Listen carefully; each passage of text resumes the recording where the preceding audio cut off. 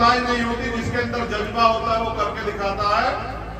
और उसमें शारीरिक रूप से सक्षम होने के बाद भी ये पूरा समाज ये तो सक्षम है, लेकिन यह सक्षम होने के बावजूद भी उसने अपनी हिम्मत, मेहनत और संघर्ष का लोहा मनवाया कॉमनवेल्थ में जाके, तो मुझे बड़ी खुशी हुई।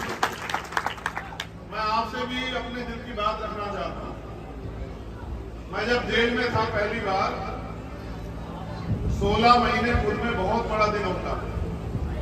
एक एक दिन जो है मैं इस बात के साथ गुजारता था कि जब मैं जेल से बाहर जाऊंगा तो बाहर निकल के काम करूंगा, मेहनत करूंगा। मैंने इतिहास पढ़ा, मैंने देखा हमारा समाज जो है ना वो पांव छूने वाला समाज बना हुआ है। वो पैर छूता है, पद के हिसाब से पैर छूता, सफलता के हिसाब से पैर छूता है। बहुत सारे बड़े भक्ताई हमारे लोगों से ज्यादा कोई करता नहीं। मुझसे भी जिद करते हैं चलो बाबा साहब के स्टैचू पे माला चढ़ाओ।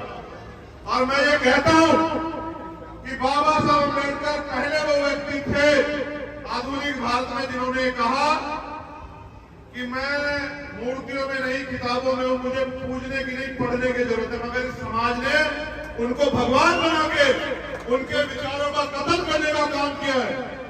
और ये समाज जिसमें मैं भी हूं, हम बराबर के जो है ना भागीदार हैं इनके बच्चों के कत्ल के। आप याद करो, मैं उस समय पैदा नहीं हुआ था, लेकिन जिस समय बाबा साहब हमारे लिए लड़ने के लिए गोलमेज गए और हम इतने निकम्मे नालायक लोग थे कि उनके परिवार की रक्षा सुरक्षा भी नहीं कर पाए। वो हमारे लिए लड़ने के लिए, संघर्ष करने के लिए, पढ़ने के लिए विदेशों में गए। और उनके बच्चे जो हैं वो सुविधा, इलाज, खाने पीने की कमी कारण मर जाते। इस समाज को अपने अंदर झांकना चाहिए। जिस रहबर की वजह से आज ये मेरी बहन यहाँ लेखा खड़ी और मेरे तन बदन पे कपड़े हैं, मुझे अधिकार मिला है सम्मान से जीने का, बोलने का, हक अधिकार की लड़ाई लड़ने का। उस रहबर के बच्चे जो हैं वो इलाज न मिलने के कारण मर जाते। ये समाज बैठा देखता रहता है। ऐसा तमाशा नहीं समाज है। अपने अंदर आकलन करने, चिंतन करने की बजाय मुझे क्या खुशी होती है आपको सड़कों पे नंगा होकर नाचते हुए देख के? नहीं, मैं आपको भीड़ नहीं बनाना चाहता, मैं आपको भक्त नहीं बनाना चाहता, मैं तो आपको लड़ने वाला योद्धा बनाना चाहता हूं। क्योंकि ये लड़ाई योद्धा जीत सकते हैं, भेड़ बकरी में कोई लड़ाई नहीं की इतिहास गवाह है। अगर आप पढ़ लिख के तैयार नहीं होंगे, आप अपने पैरों पे खड़े होने के लिए मेहनत नहीं करोगे, तो दुनिया की कोई ताकत इतिहास में आपको आने वाले कल में भी आपको सम्मान और अधिकारों का जीवन दे ही नहीं सकती। आप हजारों साल से रो रहे भगवान के आगे, आप जो है लाखों साल से जो है गुरु के ज्ञान प्राप्त नहीं होता है। जिसका कोई गुरु ना हो वो कभी सफल नहीं हो सकता। जितना आदमी संघर्ष से सीखता है, जितना आदमी इतिहास सीखता है, उतना गुरु से भी सीखता है। मैंने भी अपने जीवन में गुरु बनाया, आज वो जिंदा नहीं। उनका नाम है रहबर मान्य और साथ श्री काशीराम। मैंने उनके जैसा संत भी दुनिया में नहीं देखा इतिहास पढ़ के। फकीरी से भी ज्यादा फकीरी का जीवन जी के और एक सिंगल का जमीन, एक पैसा आपसे नहीं लेके गए, लेकिन मेरे जैसे और आपके जैसे हजारों लोग तैयार करके गए। तो मैंने इतिहास पढ़ा, मैंने दुनिया का इतिहास पढ़ा, भारत का नहीं दुनिया का। मैंने ये पढ़ा कि दुनिया में जो सबसे बड़ा तानाशाह हुआ जिसको हिटलर कहते हैं, हिटलर ने दुनिया के बारे में लिखा और देश के बारे में, भारत के बारे में भी लिखा। उन्होंने लिखा भारत का जो शोषित समाज है, भारत का जो बहुसंख्यक समाज है, वो सिर्फ और सिर्फ ताकतवर लोगों की कॉपी करने के अलावा, उनके पीछे करने के अलावा अपना कुछ बना के खड़ा नहीं करता। आज भी हमारे लोग यहाँ मेरी जिंदाबाद करते रहो, जय भीम के नारे लगाते, इससे आपकी जिंदगी नहीं बदलेगी। अगर आप मेहनत करके, संघर्ष करके आगे बढ़ने के रास्ते नहीं निकालोगे तो कैसे जिंदगी नहीं बदल सकती। आज भी हम लोग यहाँ पिछड़कू बने हुए हैं और जब थोड़ा बहुत सरकार देती है झूठन, मांगने वाला क्या होता है भिखारी, देने वाला क्या होता है मालिक। हम मांगते रहते हाथ ऐसे करके, वो लोग देते रहते, हम छूटन खा खा के जिता है देश में। कितनी सुविधा है हमारे समाज को जो शोषित, हम रोटी के लिए मोहताज है। अगर मेहनत न करें तो हमारे बच्चों को गाड़ियां, कितने लोग घर में एसी है, कितने लोग घर में फ्रिज है, कितने लोगों ने 4 पहिए की गाड़ी से हवाई यात्रा वो देश की यात्रा की है, कितने ऐसे लोग हैं जिन्होंने हवाई यात्रा की है। अगर हम देखें तो हमारी परसेंटेज 5% नहीं निकलेगी शोषित वर्ग, लेकिन फिर भी नहीं जागना चाहते, फिर भी नहीं खड़ा होना चाहते। बाबा साहब की बात करते हैं, शाम के टाइम एक पौवा एक अद्धा दारू का पीते हैं, माँ बहन को घर में बेइज्जत करते हैं, लड़ाई झगड़ा करते हैं आपस में, और फिर कहते हैं समाज आगे नहीं बढ़ रहा। जब तक आप ये नहीं छोड़ोगे अंधविश्वास, पाखंडवाद और भाईचारा नहीं पैदा करोगे, लत्ता पकड़ खींचने की जगह हाथ पकड़ने का काम नहीं करोगे, आपकी जिंदगी से गुलामी कट नहीं सकती। मैं धन्यवाद देता हूं भीम आर्मी के साथियों का, जिला पलवल और हरियाणा की टीम का, कि वो अपने पैरों पे खड़ी हो रही है, वो समाज के दुख सुख की लड़ाई लड़ रही है। लेकिन अभी लड़ाई शुरू हुई है, याद रखना। आप जो कर रहे हैं वो आपकी जिम्मेदारी है, अगर आपने अपने महापुरुषों को पढ़ा। अभी आजादी अधूरी है, अभी तो एक पहन निकली है। मैं तो उस दिन अपने आप को ताकतवर महसूस करूंगा जिस दिन देश के प्रधानमंत्री की कुर्सी पे बहुजन समाज का व्यक्ति बैठेगा, बाबा साहब अम्बेडकर को मानने वाला व्यक्ति बैठेगा, गुरु रविदास जी महाराज, भगवान वाल्मीकि महाराज, गुरु नानक देव, संत कबीर को मानने वाला व्यक्ति बैठेगा। और जिस दिन देश में ऐसा चाहूं राज में जो मिले सबन अन्न और तुम बसे रविदास रहे, तब जाके जो है जब मानवता पर आ जाएगा, गैर बराबरी खत्म हो जाएगी, गुलामी की जड़ें काट दी जाएंगी, किसी को अन्न की, किसी को खतरे की, किसी को लूट की, किसी को तमाम तरह की परेशानियां नहीं होगी। देश में अमन भाईचारा पैदा होगा, सबका सम्मान होगा, महिलाओं को बराबर के अधिकार मिलेंगे, किसी बहन बेटी का रेप नहीं होगा, उसकी हत्या नहीं होगी, उसकी दहेज के नाम पे नहीं जलाया जाएगा। तब जाके जो है इस देश में हम लोग ताकतवर महसूस करेंगे। नौजवानों में मुझे ये भी शिकायत है समाज से कि हमारे यहाँ ये हरियाणा, स्पेशल हरियाणा, और एक बेटी नहीं, इस देश की इज्जत थामी ओलंपिक से लेकर कॉमनवेल्थ में हरियाणा की बेटियों ने, पूरे देश की, जहां नौजवान युवा पुरुष फेल हो गया, वहां बेटियों ने लाके मेडल ला के देश की इज्जत थामी। लेकिन ये वही हरियाणा है, याद करो, जहां सबसे ज्यादा भ्रूण हत्या जो है बेटियों की होती थी। आज देखो उसी हरियाणा में बेटियों ने जो है नाम रोशन कर करके, ये जो मेरे नौजवान युवा साथी खड़े हैं, इनको भी आईना दिखाने का काम किया। अगर आज भी हमारे लोगों के अंदर ये मानसिकता है कि बेटी कमजोर होती है, बेटा ताकतवर होता है, तो देखो सीख लो। मैं इनके पिताजी का भी धन्यवाद करता हूँ, क्योंकि बिना माँ बाप के और उनके सहयोग के कोई परिवार नहीं खड़ा हो सकता। मैं उनका भी धन्यवाद करता हूँ कि उन्होंने, प्रथम गुरु तो माँ और पिताजी होते हैं, प्रथम पाठशाला घर होती, उन्होंने अवसर दिया, मौका दिया। गांव के लोगों की बात ना सुन के कई लोग ये भी कह रहे हैं बेटी ये कहाँ भेज रहे हो, उन्होंने इसको उसके सपने को जीने का मौका दिया, जिसकी वजह से आज ये समाज का और देश का नाम रोशन कर पाए। तो मैं आपसे कहना चाहता हूं, जो नौजवान भाई यहाँ बैठे, बुजुर्ग यहाँ बैठे, कि बेटियों को कमजोर मान के इनके सपने और इनको कुचलना बंद करो। इनको बेटों के बराबर अवसर देके और इनको उड़ने का मौका दो। इतिहास याद रखेगा कि बिना किसी महिला के सहयोग के कोई पुरुष देश में कामयाब नहीं हुआ। अब इतना कर पाए हैं तो उनके पीछे भी मां रमाबाई का पूरा जो है सहयोग और समर्पण है। मां रमा ने अपना जीवन कैसे कैसे काटा, लेकिन बाबा साहब को महसूस नहीं होने दिया, तब बाबा साहब लड़ पाए। और फिर अगर मैं साहब काशीराम की बात करूं तो उनकी बहनों का, उनकी माओ का, उनके और समाज की महिलाओं का इतना बड़ा हमारा जो है उनके पीछे त्याग बलिदान है कि जिसकी वजह से जो है साहब काशीराम जी इतना बड़ा आंदोलन खड़ा कर पाए। और मैं आज कह रहा हूं, अगर आपके पास आज गर्व करने का कुछ है हजूर का के साथियों, तो बताओ रेखा तंवर है या नहीं है, बताओ, मुंह से बताओ, रेखा तंवर है या नहीं है, बताओ। तो ये बेटी है बेटा है, बताओ, ये बेटी है बेटा, तो आज कह रहे हो तुम लोग ये बेटी है। और ये वो उन बेटियों में से एक बेटी है जो रात को 10 बजे के बाद भेड़ियों के बीच में बाहर नहीं निकल सकती। ये देश की स्थिति है। रात को 12 बजे कोई बेटे अकेले दिखे घूम सकती है, देश की स्थिति है, जबकि सबके घर में बेटियां है।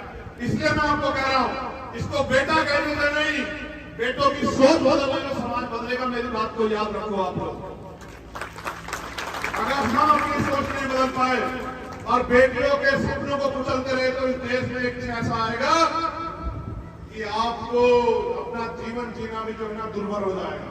तो मैं दोबारा से धन्यवाद करता हूं और ये उम्मीद करता हूं, आप लोग भी उम्मीद करते हो नहीं करते हो बताओ?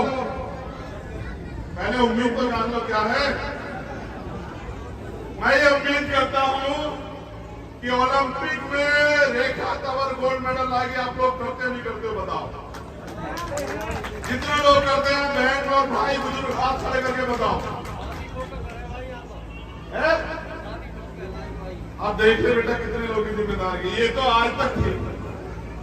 यहां से बाहर जब मैं ट्वीट करूंगा ना पूरे घर से मेरी फोटो लगा के, तब तू देखना कि पूरे देश और दुनिया में रहने वाले कितने लोग जो उम्मीद करेंगे अब तेरे ऊपर है, हम सबके ऊपर। इसलिए बांधी तुझे पकड़ी आ रही, इसलिए नहीं बांधी जो तू कराई, जो तुझे करना है ये सरदारी इसलिए सौंपी तुझे कि इनकी आंखों में जो है ना हजारों साल के अपमान के बाद बाबा साहब अम्बेडकर ने इनको अवसर दिया खड़े होने का, और ये छोटे छोटे सम्मान के लिए तरसते रहते। लड़ते पता है किन बातों पे? मैं आया था भैया से, मेरा स्वागत नहीं करने दिया आप लोगों ने। मैं इनको माला पहनाना चाहता, आपने माला नहीं पहनाने दी, मेरा अपमान हो गया। मैं उनके बाद फोटो खिंचवाना चाहता था, मुझे मौका नहीं मिला। मैं उनके पीछे खड़े होना चाहता था, मुझे मौका नहीं मिला। इसको अपमान सम्मान समझते मेरी गुड़िया। ये जो तू कर गया इसको सम्मान नहीं मानते, लेकिन मैं इसको सम्मान मानता हूं। और जिस दिन ये भी इसको सम्मान मानने लगे मैं लिख के देता हूं, एक रेखा तंवर नहीं पलवर से हजारों रेखा तंवर तैयार हो जाएंगे और देश से लाखों रेखा तंवर तैयार हो जाएंगे। और याद रखना, इतिहास सफल लोगों का लिखा जाता, किसी असफल व्यक्ति का इतिहास देश में नहीं लिखा किसी ने। जिनका लिखा वो सफल है। अगर कल इतिहास में हमारा नाम भी दर्ज होगा तो वो सफल होने के बाद होगा। जब तक सफल नहीं होते तब तक तो ये सब चीजें हैं। लेकिन सफलता भी कैसी? सफलता ऐसी कि साहब के 3 सपने थे, एक वो पूरा करके अपनी जिंदगी में। मेरी बात पे नौजवान साथी बीमारी के गौर करना। उन्होंने अपने जीवन में मूवमेंट में आने में 3 संकल्प लिए थे। पुराने बीएसपी के लोग होंगे जानते होंगे, उन्होंने कर लिया। पहला कि भारत के सबसे बड़े सूबे का हुक्मरान बनाना है समाज को, उसको वो पूरा करके गए। भारत का सबसे बड़ा सूबा आबादी के हिसाब से उत्तर प्रदेश है। फिर उनका दूसरा सपना था कि इस देश का हुक्मरान बनाना है समाज को। जिस समाज को लोगों ने पैरों में गिरा के रखा उसको माथे की जो है ना चमक हीरा बनाना है, तो इस देश का हुक्मरान बनाना है। तो पहला सपना तो हमने छोड़ दिया क्योंकि साहब उसको पूरा करा। पहले सपने की तरफ हम देखते भी नहीं। जब तक इस देश में साहब काशीराम का जो दूसरा सपना है वो पूरा नहीं करेंगे चैन से नहीं बैठूंगा। और वो मुख्यमंत्री बनने से नहीं पूरा होता तो मेरी इच्छा मुख्यमंत्री बनने की है भी नहीं। सच बता रहा हूं, एक ही इच्छा है कि अपने जीते जी पूरे सम्मान के साथ, क्योंकि मैंने साहब को रोते हुए बिलखते हुए देखा और मैंने बाबा साहब को भी पढ़ा देखा। इसलिए नहीं क्योंकि किताबों में देखा, फोटो में देखा, टीवी में देखा इसलिए नहीं क्योंकि मैं उनके समय में पैदा नहीं हुआ, लेकिन मैंने 18 मार्च 1956 का उनका भाषण सुना और पढ़ा भी, जिसमें वे कहते हैं कि मैं तमाम तरह के अपमान से, क्या अपमान मानते हो तुम लोग? फोटो नहीं खींचा, माला नहीं डली, पगड़ी नहीं पहनाई, ये क्या होता था? वो कहते हैं मैं तमाम तरह के अन्याय, अत्याचार और आरोप अपमान सहते हुए इस कारवां को वहां से यहां तक लेके आ पाया। अगर आप इसको आगे नहीं बढ़ा सकते तो उसको पीछे मत जाने दें। और वो कहते हैं कि मैं चैन से मरना चाहता हूं, मेरी उम्र हो चुकी है, मैं बीमार रहता हूं, मैं रात भर सो नहीं पाता। जब मैं अपने चारों तरफ देखता हूं, गौर करना नौजवान साथी हमारे, पता लगेगा कि मूवमेंट किसे कहते हैं और महापुरुषों का दर्द किसे कहते हैं। तो कहते हैं जब मैं अपने चारों ओर देखता हूं तो एक भी नौजवान ऐसा नहीं दिखाई देता जो इस तंबू कह रहे हैं आंदोलन को, जो इस तंबू का बंबू बन के इस आंदोलन को आगे बढ़ा सकता। पूरे समाज से कह रहे हैं, एक ऐसा रहबर जिसके 4 बच्चे कुर्बान हुए तब हमारे तन पे कपड़े आए, वो कह रहे हैं समाज कि जब मैं अपने चारों तरफ देखता हूं तो एक भी नौजवान ऐसा नहीं दिखाई देता जो इस आंदोलन का, जो इस तंबू का बंबू बन के, जो अपना जीवन समर्पित करके इस आंदोलन को आगे बढ़ा सके, जो मैं चैन से पढ़ सकूं, जो मैं अपने समुदाय के लिए करना चाहता था उसका 10% भी नहीं कर पाया। मेरे सारे सपने अधूरे हैं। अब बताओ, जिनका बाप ये कह के बढ़ जाए कि भाई रोते हुए कि मैं यार कोई सपना पूरा करना चाहता था, मैं कर नहीं पाया, और उनकी निकम्मी औलाद उनके सपने को और पीछे चले जाए, तो उस रहबर को भी जो है क्या महसूस होता होगा। उन्होंने कहा आगे बढ़ जा, आगे नहीं ले जा, पीछे मत जा। आज कहां है उनका सपना? क्या हैसियत है इस देश में हमारी?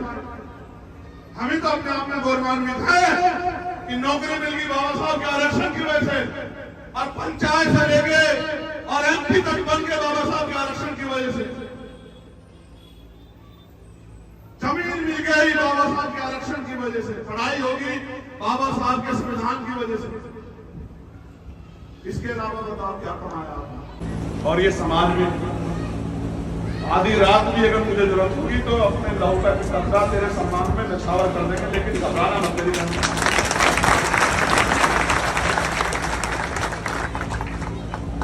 पाला खींच के पार ही डालना, ठीक है भाई? चंद्रशेखर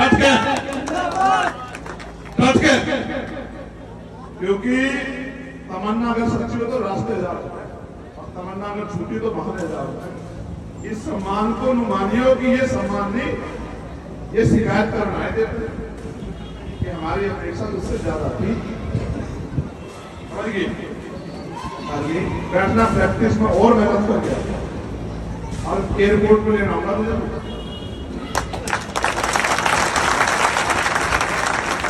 हमेशा सिर माफ जाएगी तुम्हारे, लेकिन वहीं से एयरपोर्ट से उस दिन खजूर का लाने का मौका देगी, असली घर उस दिन, ठीक है?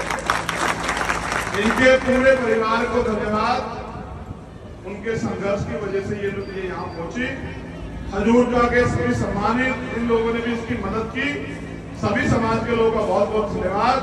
और भीम आर्मियों के साथियों निवेदन कि ऐसे ही और बहनों को प्रोत्साहित करो, ऐसे ही और भाइयों को प्रोत्साहित करो कि वो आगे निकल के आए। हमें कोई निकलने का रास्ता